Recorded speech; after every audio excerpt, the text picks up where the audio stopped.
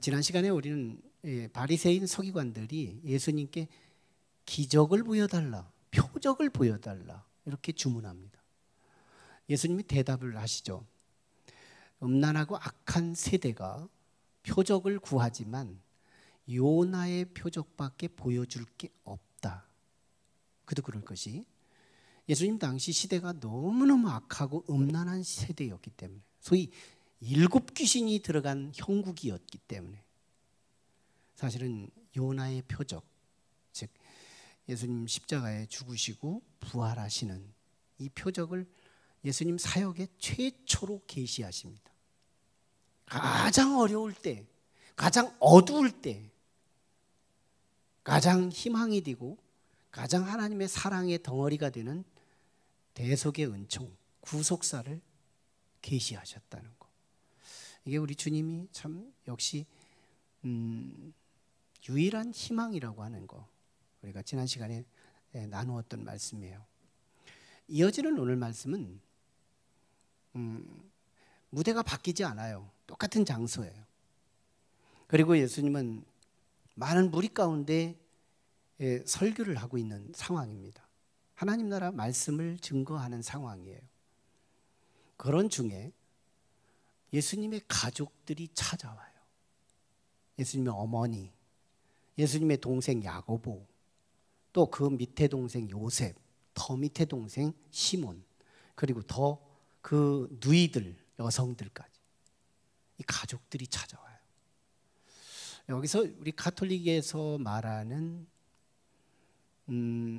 성모 마리아를 숭배하기 위해서 마리아가 예수님을 낳고 처녀로 평생 살았다는 이 주장은 오늘 성경 본문 예수님의 가족들이 찾아왔다는 기사를 통해서 잘못된 점을 우리가 지적해 볼 수 있는 거예요. 예수님의 가족들, 예수님의 마리아를 통해 출생한 형제들이 있었다는 점, 이 부분이 오늘 부각되고 있죠. 문제는 이 가족들이 예수님에게 왜 찾아왔을까 하는 부분입니다. 오늘 46절에는 할 말이 있어서 왔다고 힌트를 줘요. 할 말이 있어서 왔다. 무슨 할 말이 있을까? 우리는 2가지로 추정할 수 있어요. 먼저 추정할 수 있는 건 예수님의 어머니 그리고 형제들이 예수님의 사역하는 현장에 찾아와서 무슨 할 말이 있었을까 하는 첫 번째 추정은, 우리도 예수 그리스도를 그리스도로 믿고 이 제자들처럼 우리도 따르고 싶습니다. 예수 믿고 싶습니다. 이러고 찾아올 수 있었어요. 문제는 전후 문맥, 그리고 예수님의 설명, 그리고 예수님의 반응, 예수님의 평상시의 가르침, 이걸 통해 보면 이 가능성은 0%예요. 아무것도 이루어지지 않아요. 예수님의 가족들이 예수님을 찾아온 이유는, 그래서 할 말을 전하고자 한 것은 예수를 믿으려고, 예수님의 제자가 되려고 찾아온 게 아니었대요.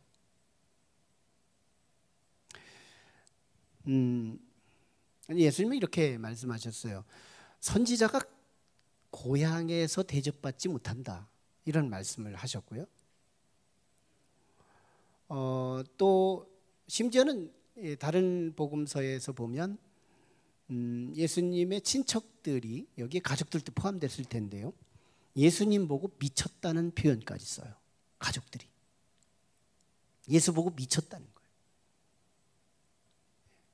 그런 정도의 가족들이 예수 그리스도의 그 사역에 대해서 굉장히 회의감을 갖고 있었고, 그런 상황에서 예수님의 제자가 되겠다고 올 가능성은 전무하다는 거예요.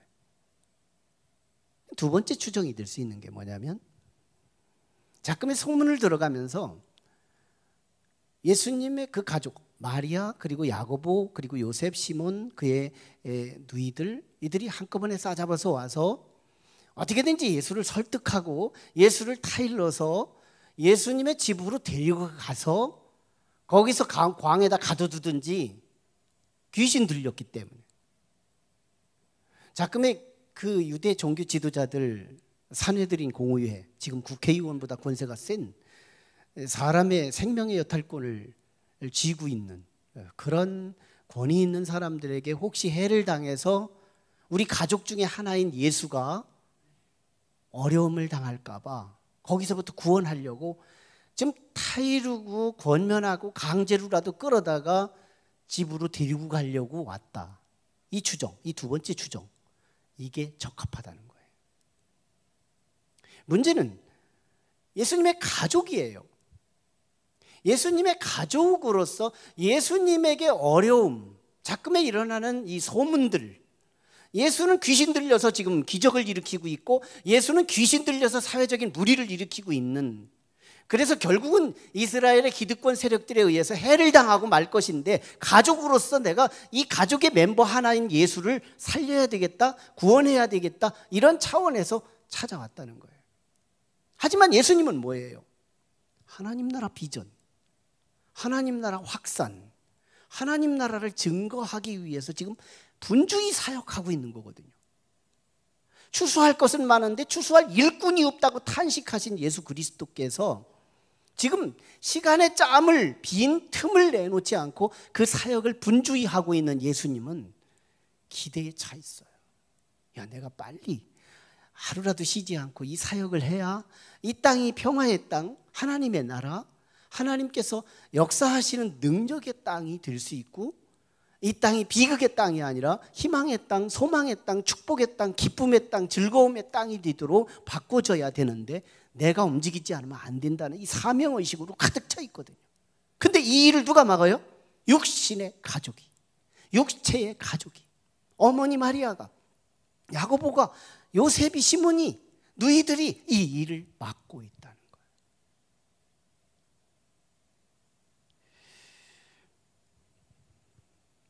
이 사실을 누가 아느냐? 예수님이 알아요. 예수님은 하나님이시잖아요. 사람의 움직임을 보고 비로소 저 사람의 생각을 파악하는 게 아니고 저 사람의 움직이기 이전에 저 사람의 마음을 먼저 파악하는 분, 이게 예수님이세요. 가족들이 왜 왔는지 알아요. 그러자 예수님은 이참에 새로운 가족, 육체의 가족 바운다리를 벗어나서 예수님이 만들어가고자 하시는 예수님의 가정을 정의를 내리고 선포하는 내용으로 소개돼요. 예수님의 가정이 어떤 가정이냐는 거예요. 예수님의 가정. 오늘 50절에 표현되는 건데요. 누구든지 하나님 아버지의 뜻을 행하는 자는 나의 형제요, 자매요, 어머니이니라. 뭐예요? 하나님 아버지의 뜻을 행하는 자가 내 가족이다 이 말이에요. 예수님의 가족, 새로운 가족이에요. 예수님의 가족이 뭘까요? 하나님의 뜻을 행하는 그 가정이 예수 그리스도의 가정인데, 오늘 이 40절에서 그 한 사람이 예수님에게 와서 이제 소개를 쭉 했을 때, 주님, 당신의 어머니와 형제들이 예수님 찾아왔어요, 이렇게 말을 하자 예수님께서 그 얘기를 전해주는 사람한테 바로 대답합니다. 누가 내 어머니고 누가 내 형제들이냐? 그리고 손가락이 어디로 가느냐면 바로 옆에 있는 제자들에게 손가락을 가리켜요. 얘들이 바로 내 제자, 내 가족이다. 이들이 바로 내 어머니요, 내 형제요, 내 자매들이다. 이렇게 설명하는 거예요. 제자들을 가리키면서. 그러면서 결국 예수님이 설명하시기를 제자들만 아니라 누구든지 확산시키는데요. 누구든지 하나님 아버지의 뜻대로 행한다면 나의 형제요, 자매요, 어머니다. 이렇게 설명해 가는 거거든요. 여러분, 예수님의 가족. 예수님의 가족이 뭘까요? 1차적으로는 제자들이에요. 12제자들. 왜? 이 12제자들이 예수님과 동고동락을 했거든요. 예수님이 함께하는 곳에 그들도 있었고요. 예수님께서 가는 곳에 제자들도 있었고요. 예수님께서 머무르는 곳에 제자들도 머물렀고요. 예수님께서 밥을 먹을 때 그 식탁 위에 제자들이 있었고요. 예수님이 잘 때 그들도 함께 잤고요. 예수님이 일어날 때 그들도 일어났고, 예수님이 사역할 때 그들도 사역해요. 예수님과 동고동락, 가족이잖아요. 가족은 함께 하는 거예요. 기쁨도 함께, 슬픔도 함께, 좋은 것도 함께, 나쁜 것도 함께. 이게 가족이에요. 이게 가족이 있다는 게 얼마나 축복이에요. 1차적으로 예수님의 제자들이 예수 가정, 예수님의 가족이었다는 거예요. 근데 이보다 더 깊은 의미 두 가지가 더 있어요. 첫째 조건, 예수님의 가족이 되려는 첫 번째 조건, 그게 바로 아버지의 뜻을 행하는 자. 지금도요, 하나님의 가족이 있어요. 하나님의 가족들이 여기 있는 거예요. 왜? 지금 예배는 신령과 진정으로 아버지께 예배할지니라 아버지의 뜻을 지금 실행하고 있는 거거든요. 하나님 아버지의 뜻. 자, 1차적으로 예수님의 가족을 보세요. 예수님께서 아버지의 뜻을 이루기 위해 이 땅에 오셨어요. 그리고 십자가도 순종하기 위해 오셨어요. 그때 예수님의 아버지는 하나님이시고 하나님의 아들이 예수님이에요. 그러니까 아버지와 아들이 있는 거예요. 그러므로 예수님의 이미 가족은 구성되어 있어요. 그런데 이 가정의 특징을 보세요. 아들이 아버지의 뜻을 실행해요. 아버지가 아들의 뜻을 따르는 게 아니고 아버지의 뜻을 아들이 순종하고 따릅니다. 이게 예수님의 가정의 질서예요. 하나님 아버지는 절대자십니다. 전능자세요. 물론 같은 삼위일체 하나님이시지만 우리에게 구속사를 설명하기 위해서 삼위일체로 나누어서 설명되고 있는 거지만 하나님 아버지는 그리스도 아들 되신 예수보다 질서상 위에 있는 거예요. 상위 질서, 나보다 더 깊게 볼 수 있는 분, 나보다 더 통전적으로 다스리는 분, 나보다 더 높은 권위, 거기에 뜻을 아래의 권위가 순종하는, 이게 예수님 가정의 질서예요. 여러분, 질서가 있는 곳에서 당연히 취할 수 있는 감정의 축복이 있다면 평화입니다. 질서가 깨질 때 평화가 깨져요. 평화가 깨질 때 기쁨이 사라져요. 기쁨이 사라질 때 슬픔이 찾아와요. 아비규환 같은 삶이 헝클어진 삶 속에서 어디다 마음을 둬야 할지 모를 때 혼돈이 오는 거예요. 우리의 가정이 그러면 안 되는 거잖아요. 예수님의 가정을 보시라고요. 예수님은 아들로서 아버지에게 뜻을 바쳐요. 아버지 뜻에 민감해요. 아버지 뜻을 수발하기 위해서 이 땅에 오세요. 그리고 십자가에 죽으라니 죽어요. 이게 예수 그리스도예요. 이게 예수님의 가정의 질서예요. 그런 예수님 안에 있는 놀라운 신비한 세계를 보세요. 질서가 있죠. 그에 따른 평화가 있죠. 아버지와 아들 간의 평화가 따르는 거예요. 여러분, 평화가 지속돼 보세요. 이상합니다. 기쁨, 즐거움이 동반돼요.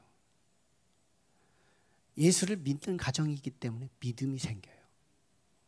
믿음이 지속돼 보세요. 믿음이 현실화돼 보세요. 비전이 생겨요. 소망입니다. 이 사이 속에서도 서로 간의 관계가 아껴주고 보살펴주는 관계 속에 사랑이 가득해요. 여러분, 천국의 뮤직의 빛깔, 질서, 평화, 기쁨, 즐거움, 믿음, 소망, 사랑, 이거 다 천국의 요소들이에요. 예수님의 가슴은 이게 있어요. 예수님의 마음은 그게 있어요. 예수님은 그거 주고 싶은 거예요. 예수님은 그거 주려고 우리 앞에 나오신 거예요. 지금 그 주님 앞에 우리가 있는 거예요. 주님의 그 가슴 비밀, 똑같은 광야 땅에 이스라엘 팔레스타인 지역을 살아가고 계신 예수님이지만 바리새인들의 그 가슴, 회칠한 가슴, 겉은 번드르한데 속은 썩은 시체처럼 부패되고 냄새나는 그들, 걱정과 염려와 근심과 재리와 낙심과 절망이 가득한 바리새인들의 내면과 예수 그리스도의 그 내면은 하늘과 땅 차이. 똑같은 광야에 사는데 똑같은 열악한 팔레스타인 지역을 살고 있지만, 그러나 예수님의 가정을 보세요. 예수님의 가정 속에 있는 예수라고 하는 한 인물의 그 내면 세계를 보세요. 놀라운 천국이 비밀처럼 간직되고 있어요. 저는 이 비밀, 이게 제 안에 조금 있어요. 그걸 말하고 싶어요. 저 우리 성도들에게 다른 어떤 것을 닮으라고 하고 싶진 않아요. 빼앗기지 않는 내면 속에 조금 깃들어 있는 내 마음, 예수님의 가족이 누릴 수 있는 그 내면의 평화, 이걸 함께 나누고 싶어요.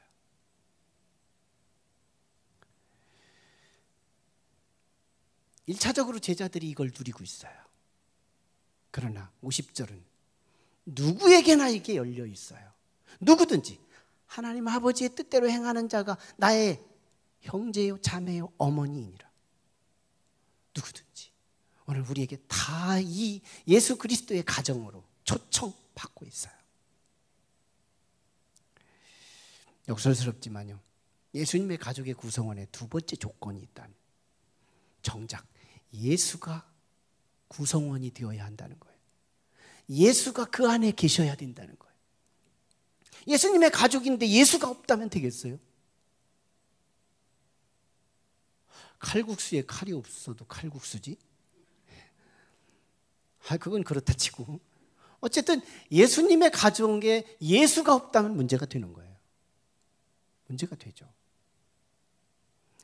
그런데요, 요한계시록 3장에 보면 예수를 문 밖에 둔 교회가 소개돼요. 예수를 문 밖에 뒀어요. 그리고 이 교회는 예수를 믿는 교회라고 말합니다.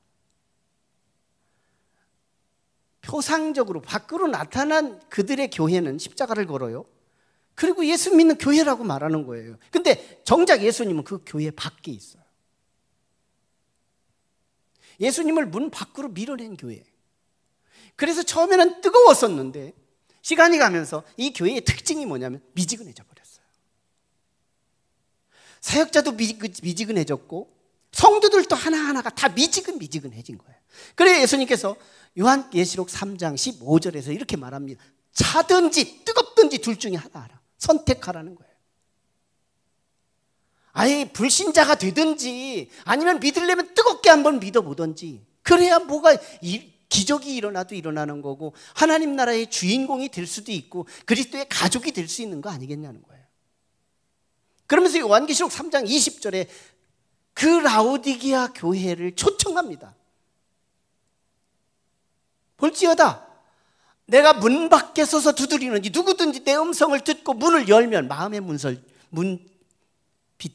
마음의 문빗장을 확 열고 나를 영접하면 내가 그로 들어가서 그로 더불어 내가 먼저 먹고 대접을 받고 그리고 내게 있는 것으로 너희를 먹고 마시게 하겠다는 거예요. 아름다운 친밀한 교제, 친밀한 사귐, 뭘까요? 그 속에서 뭐가 나와요? 예수 안에 있는 천국의 무지개 빛깔, 질서, 평화, 기쁨, 즐거움, 듣기만 해도 좋은 거 아니에요? 믿음, 소망, 사랑, 예수 안에 있는 거, 그것이요, 예수 안에 있는 그 천국의 프리즘들, 그 무지개 빛깔, 그거 듣기만 해도 좋은 거, 실제 내가 그걸 경험할 수 있다면 얼마나 좋을까만. 예수님이 들어와야 그걸 누릴 수 있죠.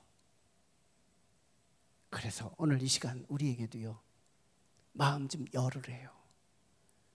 자꾸 설교를 판단하고 분석하려고 하지 말고, 저건 무슨 의도 가지고 말하는 거야, 이런 거 자꾸 분석하지 말고, 그래, 주님은 나를 사랑하셔.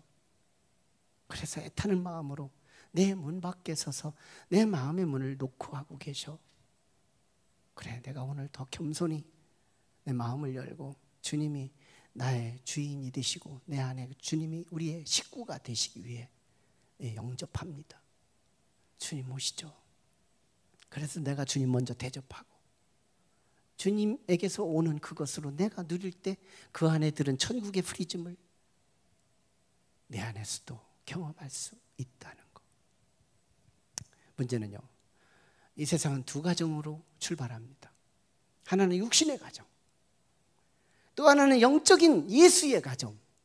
두 가정이에요. 예수를 믿는 사람이라면 이 두 가정의 충돌 속에 살아요. 아, 참 우리 가정이 다 예수 믿지 않는데 나 하나만 예수 믿네. 이 두 가정의 충돌, 육신의 가정이 예수의 가정으로 지금 예수 믿으려고 노력하고 애쓰고 힘쓸 때 육신의 가족들이 예수님을 찾아와서 어떻게든지 설득해서 집으로 데려가지고 미쳤다 소리 안 듣고 유대 지도자들에게 해를 당하지 않게 하기 위해 구원한답시고 예수님의 거룩한 하나님 나라 사역을 방해하고 있는 것처럼 오늘 우리는 두 가정 유형 속에 그 틈새 속에서 갈등하고 있어요. 문제는 육신의 가족들이 가족이 아니었다면 내가 죽어도 천국 갈 수 있는 이 놀라운 하나님 나라 주인공이 될 수 있는 이 특혜, 이 구원, 이 영광, 이것을 누가 뺏으려고 하느냐? 육신의 가족이요. 이상합니다.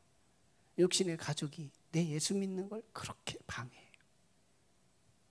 우리 교회도 그런 적이 있었어요. 목사님의 아들이었어요. 초창기였어요. 그는 찬양을 너무 좋아했어요. 그리고 찬양 음성이 너무 좋아요. 그래가지고 성가대에서 찬양을 합니다. 찬양 예배 드리고 그리고 오후 늦게 2시 반, 3시까지 성가들을 연습해요. 그때 토요일 날 쉬는 때였어요. 토요일 날 가정에서 쉬는데 주일 날 남편이 예배 드리는 목사님의 아들 가정입니다. 그런데 아내가 교회만 갔다 오면 바가지를 긁는 거예요. 왜 우리는 소풍 안 가냐고. 토요일 날 가도 충분한데 토요일 날은 그냥 잠만 자고 주일 날 꼭 교회 갈 때 소풍 가고 싶은 거예요. 이게 참 묘하죠. 사람의 마음속에 방해 부리고 싶어지는 거. 얼마나 몇 개월을 긁어요. 목사님 아들이었어요. 그런데도 그는 아내의 말을 듣습니다. 가정의 평화를 위해서. 몇 년 있다가 길에서 만났어요. 교회 다니시나요? 저 교회 못 다녀요. 불신자가 되어 있었어요. 너무 안타까워요. 예수 믿는다는 게 그저 교회 다니는 줄 알아요. 교인인 줄 알아요. 아니에요. 예수님의 가족이에요.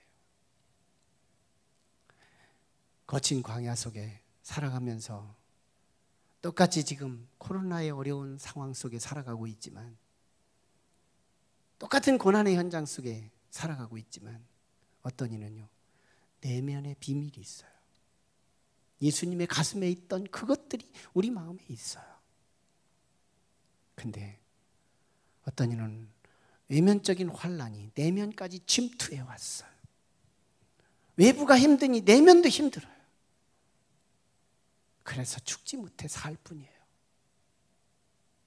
육신의 가족들은 이 일을 방해하고 있더라는 거예요. 이 일을 방해한다. 그래서 가장 중요한, 가장 우리가 목표해야 할, 땅에 살면서 가장 목표해야 할 한 초점이 뭐냐면 두 가정이 이원화되지 말고 통일시키는 거. 통일시키는 거. 이걸 소위 인과기도라고 그래요. 모든 가족이 다 예수 믿게 하는 거. 어떻게 가능할 수 있을까요? 나 하나가 똑똑히 예수 믿는 자예요. 상황에 따라 예수 믿는 게 아니에요. 그래서 상황과 여건이 되고 내 컨디션 맞춰주고 내 코드 맞춰주면 내가 예수 믿는 그런 분위기가 아니에요. 어떤 방해와 어떤 어려움과 어떤 열악한 환경이 나를 나를 내 앞을 가릴지라도 나는 예수 붙잡고 끝까지 예수님의 가족으로 살아갈 때 여러분 시간이 지나면요 선이 이기게 돼 있어요. 놀랍게도 선과 악이 싸우면 대략적으로 보면 전반전은 악이 이기는 분위기예요. 그러나 역사를 잘 주목해 보면 지나고 나면 선이 이겨 있어요. 그거예요. 이 진리를 깨닫지 못하면 많은 그리스도인들이 악과의 부딪힘 속에서 타협하고 말아요. 아니에요. 진짜 그리스도인은 환경을 넘어가요. 그리고 이겨요. 그리고 끝까지 가족들에게 선한 영향력, 말 한마디, 행동 한 거지. 예수 그리스도가 십자가를 지고 인류를 구원하는 것처럼 한 작은 예수, 그가 예수를 닮은 그 가족 구성원 하나가 하나하나를 구원하여 다 예수 믿게 하는 거. 인과기도. 여러분, 인과기도라고 하는 단어는 국어사전에 나오지도 않아요. 기독교 사전에만 나오는 거예요. 인과기도. 이 책은요, 우리 한국 기독교 1885년도에 한국 교회가 들어오고, 그리고 나서 1892년도에 중국의 우리 기독교 문서의 소설이 되는 인과기도라는 책이 한국어로 번역됩니다. 그리고 1894년도에 정동제일감리교회에서 출판부에서 저 책이 최초로 한국 기독교 서적으로, 소설책으로, 복음소설이죠, 이 소설책으로 출간돼요. 기독교 서점에 가면 지금 책이 얼마나 많은지 몰라요. 모든 종류, 오래된 책, 현대에 나오는 책 할 것 없이. 근데 우리 한국 기독교의 최초의 처음 출판물이 뭐냐? 저 인과기도예요. 저 책이요, 이선생 가정의 이야기입니다. 한 이선생 가정이 중산층이었는데 땅도 있고 재산도 있고 많은 것들을 갖고 있어요. 그런데 노름에 빠집니다. 그리고 주색에 빠져요. 그래가지고 시간과 함께 모든 재산을 다 흥진해요. 동네에서 얼굴 들고 살 수 없는 사람이 돼요. 이 선생 가정이. 그래가지고 집을 도망갑니다. 집에 나가서 막 방황하고 힘들어 살아가는 과정 속에요, 교회를 찾아가요. 복음을 만나요. 진짜 복음을 만납니다. 그러면서 가슴이 막 물컹하면서 이 복음 앞에 정복되는 거예요. 그리고 바뀌어요. 바뀌니까 이게 멘탈이 돌아오는 거예요. 가족들이 어떻게 사는지 궁금해지기 시작하는 거예요. 여러분, 복음이 바로 들어오면 가족을 버리는 게 아니거든요. 복음이 바로 들어오면 가족들이 불쌍해 보이고 관심이 더 집중해지고 가족들을 더 책임감 있게 다가오는 거거든요. 이 선생이 집으로 돌아와요. 그리고요, 별반 예수 믿으라 소리도 하지 않아요. 시간 되면 자기가 예배드려요. 그리고 언어로 보여요. 행동으로 보여요. 책임감으로 보여요. 빛과 소금이 되는 거예요. 그러는 과정 속에 온 가족들이요, 대가족이죠, 온 가족들이 다 예수 믿고 마는 거예요. 이걸 인과기도라 그래요. 가장 힘들 때가 언제냐? 이가정 체제, 육신의 가정과 영적인 가정이 분리되었을 때, 이때가 가장 힘든 거예요. 가장 샬롬, 가장 평화가 언제 오느냐? 육체의 가정과 영적인 가정이 통일될 때, 이때 이 가정에 평화가 오는 거예요. 한 갤럽 회사에서 불신자들을 앙케이트 조사를 합니다. 몇 가지 질문을 던지는데, 당신이 가정이 어떤 가정이 되었으면 좋겠습니까 하는 소망의 이 코드를 몇 가지 사지선다로 선택하게 합니다. 근데 불신자들이에요. 불신자들만. 근데 불신자들에게서 반응 온 것이 많은 퍼센티지를 어디에 답을 했느냐면, 지금은 아니지만 언젠가는 우리 부부의 양손에 우리 자식들의 손을 붙들고 또 다른 한 손에는 성경을 가슴에 끼고 주일날 교회 가는 가정이고 싶습니다. 여기에 많은 사람이 점을 찍었다는 거예요. 무엇을 말하는 것일까요? 사람은요, 선을 추구하고 있더라는 거예요. 하나님 나라 가족을 희망하고 있더라는 거예요. 지금은 아니래도 언젠가는 우리들도 정말 예수 믿고 우리 가족들이 서로 손을 붙잡고 피크닉 가는 이상이 아니고 교회 가는 모습, 이거 한번 해보고 싶다는 거예요. 여러분, 자신 있게 해야 할 게 뭐냐면, 교회 올 때 가족과 함께 자녀들의 손잡고 그리고 성경을 끼고 교회에 오는 모습이요, 우리는 부끄러울 수도 있겠지만 안 믿는 자의 시선에서 볼 때는 이거 부러움의 대상이에요. 나도 언젠간 절해야지. 이거 영향력을 주는 거예요. 오늘은 우리 봉헌주일이에요. 참 믿음이라는 것이 뭘까요? 믿음이 어떤 분명한 지표가 있을까요? 여러분, 이 믿음이라는 하나님을 사랑하는 거예요. 하나님을 사랑하는 건데 이게 믿음의 핵심인데, 하나님을 사랑하는 이 사랑은 태도로서 표현돼요. 우리 부부가 서로 사랑하지만 태도로서 사랑을 표시하는 것처럼 하나님 앞에 우리가 사랑하는 것을 태도로 나타내요. 이게 믿음이에요. 믿음이에요. 그래서 믿음은 태도입니다. 태도 가지고 복받은 사람이 누구냐면 우리가 잘 아는 다윗이에요. 다윗은요, 자기 궁궐을 지어놓고 궁궐 안에 쫙 아마 누워서 천장을 봤던지 그 공간을 누릴 때 향기가, 백향목 향기가 코를 찌르는 거예요. 그리고 우람하죠. 근데 다윗에게 한 가지 스쳐오는 생각 하나가 있는데, 하나님이 거하시는 이 성전은 텐트, 천 조각으로 텐트 안에 계신 거예요. 그래서 다윗이요, 미안한 마음을 갖는 거예요. 야, 내 집은 견고하고 이렇게 우람한데 하나님의 집은 이렇게 초라할까? 그래서 내가 성전을 좀 지어드려야 되겠다. 선지자한테 말만 합니다. 그리고 아무것도 헌신하지 않아요. 태도예요. 하나님의 집에 대한 태도, 하나님의 가정에 대한 태도, 이 태도 하나 쭉 보였더니 선지자는요, 상식적으로 대답해요. 하나님도 기뻐하실 것 같습니다. 하십시오. 그냥 하나님 응답 받을 필요 없어요. 그건 백방이에요. 근데 정작 나단이 집으로 돌아가는 중에 하나님이 음성이 들려요. 나단아, 다윗에게 노 땡큐 하라. 고맙기는 하지만 안 된다.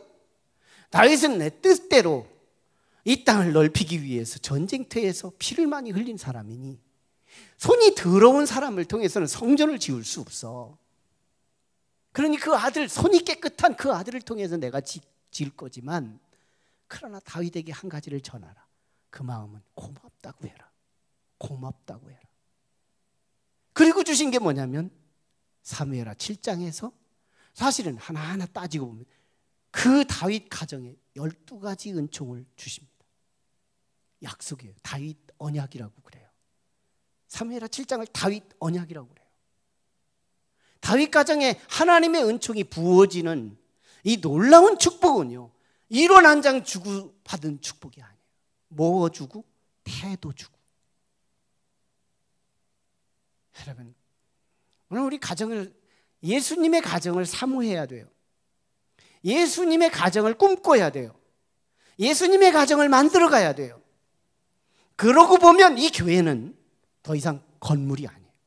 하나님의 집이에요. 하나님의 집. 예수님의 가정의 집이에요. 이 집은 우리의 태도예요. 이 집을 가까이 하는 사람이 복이 있을 거예요. 저는 시골에 목회하면서 교회를 가까이 하는 한 권사님이 있었어요. 너무 가까이, 하루에 최소 3번 오는 거예요. 교회를 가까이 하는 거예요. 교회를. 근데 그분은 광야처럼 어렵게 살았어요. 그 자녀들이 그 어머니의 생애를 보면서 너무너무 불쌍하고 안타깝다고 그래요. 근데 정작 그 권사님은요, 행복해요. 그리고 능력이 따라요. 돌아가셨어요. 사무제 날이었어요. 그 남편을 그 자리에 앉혀놓고 예수 믿게 만들어요. 집사 됐어요. 그리고 그분 천국 갔어요. 이 영향력, 죽어도 영향을 끼치는 사람. 이 교회는요, 하나님의 가정에 관심 있는 사람들의 관심의 대상인 거예요. 이 교회요, 하나님의 뜻으로 세워졌어요. 그리고 이 하나님이 역사하는 교회예요. 이 교회에 여러분이 태도로 관심할 수 있다면 이 교회 위에 기도해 주세요. 이 교회가 잘 세워질 수 있도록 여러분이 관심을 주어주세요. 하나님의 가정이 세워지기를 원한다면 내 집만 챙기는 게 아니고 이 교회, 예수님의 가정을 챙길 수 있는 태도, 이 태도만 가져도 여러분의 가정에 다윗에게 함께하는 은총은 말로 듣는 것으로 끝나지 않을 것입니다. 기도하시죠. 우리 같이 기도하실 때, 하나님, 오늘 이 시간 우리 주님께서 우리에게 허락하신 예수님의 가족, 하나님의 아버지의 뜻대로 사는 사람이 예수님의 가족이라고 말합니다. 예수님이 정작 그 안에 계실 때 예수님의 가족이라고 말합니다. 육신의 가족이 우리를 방해하고 있으려도 제대로 예수를 만난 사람들, 참 예수의 가족들은 환경 속에서 어떻게든지 예수를 버리지 않고 예수 안에서 승리로 살아갑니다. 하나님, 예수님 가정의 증인이 되게 해주세요. 예수님 가족의 증인 되게 해주세요. 내 이목구비로 평가되지 않게 해주세요. 같은 광야, 같은 어려운 코로나 시기를 살아가고 있지만 많은 사람들이 외부의 어려움이 내면을 침투하여서 지옥같이 살아가고 있을지라도 예수님의 가족들은, 예수의 가족들은 내면 속에 질서가 살아있고 평화가 살아있고 기쁨과 즐거움이 살아있고 믿음과 소망과 사랑이 가득한 예수님의 가슴 속에 숨어있는 그 비밀이 우리 안에 가득하게 도와주시옵소서. 그래서 교회가 아름답게 보이게 하시고 교회를 사랑하는 마음이 생겨나게 하시고 교회에 대한 다윗 같은 마음을 우리가 갖게 하셔서 하나님이 우리의 마음속에, 우리의 육체에, 우리의 가정에 놀라운 축복을 약속하여 주시고 실행하여 주옵소서. 말씀 붙들고 같이 기도합니다. 걸어가신 아버지 하나님, 은혜 감사합니다. 오늘 우리에게 주신 이 말씀이 우리에게 신비에 깊게 새겨지게 하시고 이제 육신의 가정으로만 살아가지 않게 하시고 영적인 가정으로 가족의 구성원이 되게 하시되 아버지의 뜻에 민감하고 예수님을 내 안에 모시고 참 그리스도인으로서 우리 살아있는 우리의 가족들에게 영향을 끼쳐서 인가기도 될 수 있도록 도와주시옵소서. 나 하나가 예수 잘 믿어서, 제대로 믿어서, 뜨겁게 믿어서 라오디게아 교회처럼 예수를 문 밖에 두지 않고 예수를 가슴 안에 모시고 어떤 어려움과 내우유한 속에서도 타협하지 않고 끝까지 선한 영향력으로 언어를 통해, 생각을 통하여, 눈빛을 통하여, 우리의 얼굴을 통하여, 우리의 모든 삶을 통하여 참된 예수 그리스도, 작은 예수 운동이 일어나 우리 가족들을 다 인가기도 시키게 하시고 우리 가족들을 다 예수 믿게 만들어서 하나님 나라 갈 때 참으로 우리 어머니가 천사였고 우리 아버지가 천사였고 우리의 가족들이 천사였구나를 깨닫는 영광의 비례를 준비하여 주옵소서. 예수님 이름으로 기도하옵나이다. 아멘. 우리 다 같이 자리에 일어나셔서 우리 찬양 같이 합니다. 주님 말씀하시면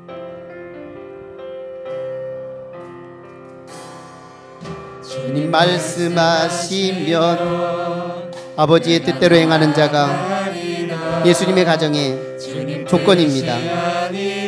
여러분, 하나님의 말씀이 우리에게 들리면 겸손하게 그 뜻을 수용하고 순종할 수 있는 참된 예수 그리스도의 가족의 구성원이 될 수 있도록 결단해야 합니다. 주님의 가족이 되어야 합니다. 주님의 가슴 안에 있는 질서와 주님의 가슴 안에 있는 평화와 주님의 가슴 안에 있는 기쁨과 즐거움, 그리고 믿음과 소망, 사랑, 그 신비한 무지개 빛깔이 우리의 가슴 속에서 증인되게 하시고 증거되게 하여 주옵소서.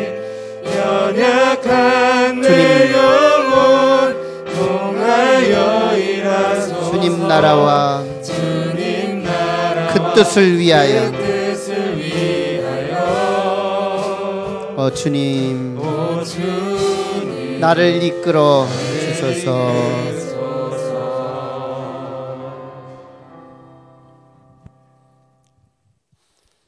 지금은